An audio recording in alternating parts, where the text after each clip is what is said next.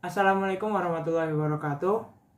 Kami dari kelompok 5 akan menjelaskan tentang manajemen sarana dan prasarana pendidikan yang beranggotakan 1 Maria, 2 Nabila, 3 Herman Arya, 4 Muhammad Ilham, dan yang terakhir saya Rahmat Caesar Maestu.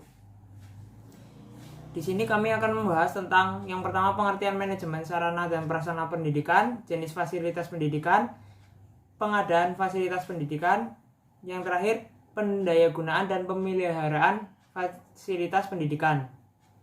Yang pertama, pengertian manajemen sarana dan prasarana pendidikan. Manajemen sarana adalah segenap proses penataan yang bersangkutan dengan pengadaan, pendayagunaan, dan pengelolaan sarana pendidikan agar mencapai tujuan yang telah ditetapkan secara efektif dan efisien.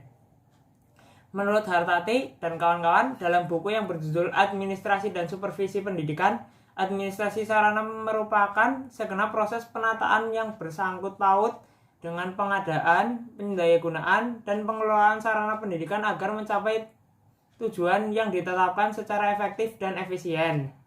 Menurut tim penyusun pedoman media pendidikan Departemen Pendidikan dan Kebudayaan, sarana pendidikan adalah semua fasilitas yang diperlukan dalam proses belajar mengajar, baik yang bergerak maupun tidak bergerak, agar mencapai tujuan pendidikan dan dapat berjalan dengan lancar, teratur, efektif, dan efisien. Jadi, dapat disimpulkan bahwa manajemen sarana pendidikan adalah suatu proses penataan yang bersangkutan dengan pengadaan, pendayagunaan, dan pengelolaan semua fasilitas yang diperlukan dalam proses belajar mengajar, baik yang bergerak maupun tidak bergerak, agar tercapai tujuan pendidikan secara efektif dan efisien. Yang selanjutnya akan dijelaskan oleh teman saya. Sarana atau fasilitas dapat dibedakan menjadi dua jenis, yaitu yang pertama fasilitas fisik, segala sesuatu yang berupa benda atau fisik yang dapat dibendakan, yang mempunyai peranan untuk memudahkan dan melancarkan suatu usaha. Fasilitas fisik juga disebut fasilitas material, contoh perabot ruang kelas, perabot kantor TU. Yang kedua, fasilitas uang, segala sesuatu yang bersifat mempermudahkan suatu kegiatan sebagai akibat bekerjanya senilai uang. Menurut keputusan Menteri Pendidikan dan Kebudayaan nomor 79/1975, sarana pendidikan terdiri dari 3 kelompok besar, yaitu yang pertama bangunan dan perabot sekolah, yang kedua alat pelajaran yang terdiri dari pembukuan dan alat-alat peraga, dan yang ketiga media pendidikan yang dapat dikelompokkan menjadi media audio, media visual, dan media audiovisual. Sarana pendidikan itu berdasarkan fungsinya dapat dibedakan menjadi 3. Yang pertama ada alat pelajaran, adalah alat-alat yang digunakan untuk merekam bahan pelajaran atau alat pelaksanaan kegiatan belajar. Yang kedua, alat peraga, yaitu segala macam alat yang digunakan untuk meragakan atau mewujudkan objek atau materi pelajaran yang susah untuk diindera.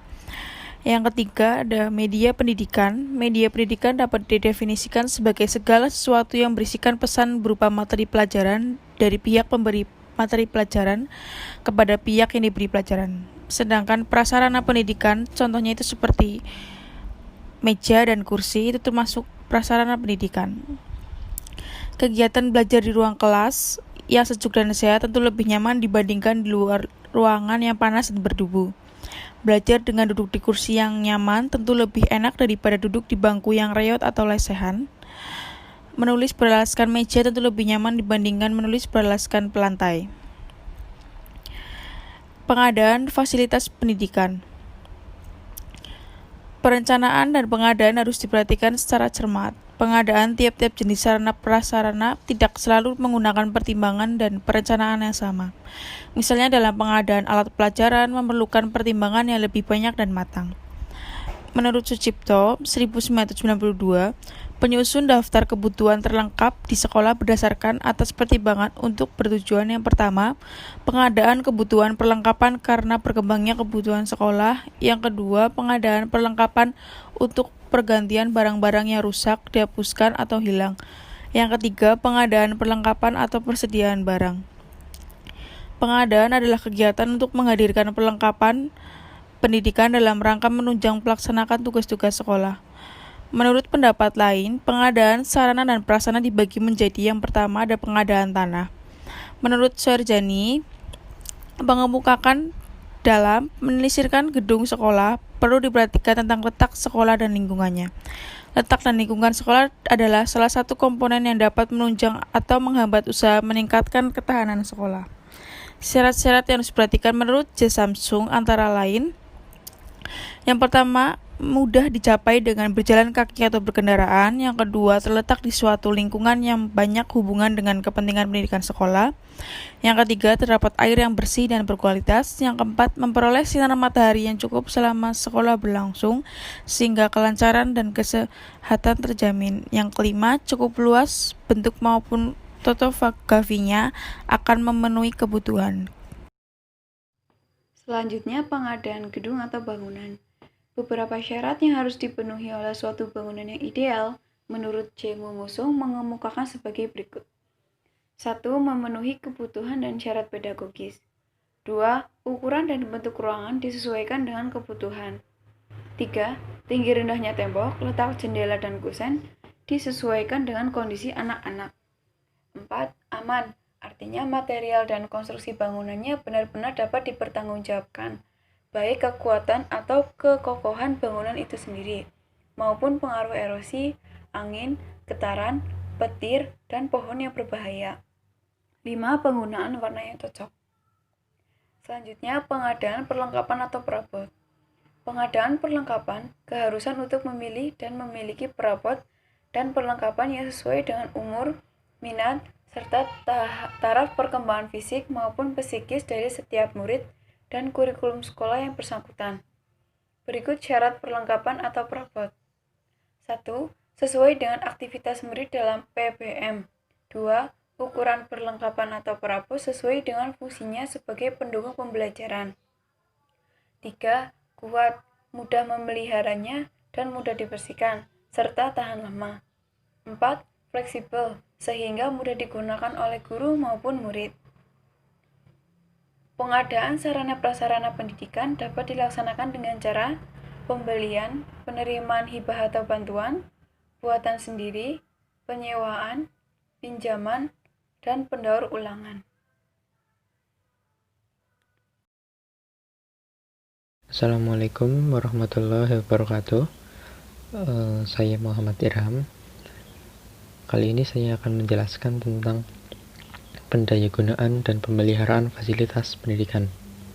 Pendayagunaan diartikan sebagai suatu usaha memanfaatkan sarana dan prasarana pendidikan dengan optimal, efektif, dan efisien.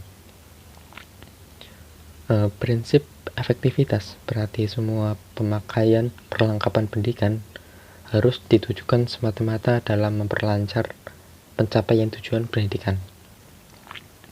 Adapun prinsip efisiensi berarti pemakaian semua perlengkapan pendidikan dilakukan secara hati-hati, hemat, sehingga semua perlengkapan yang tidak mudah habis, rusak, ataupun hilang.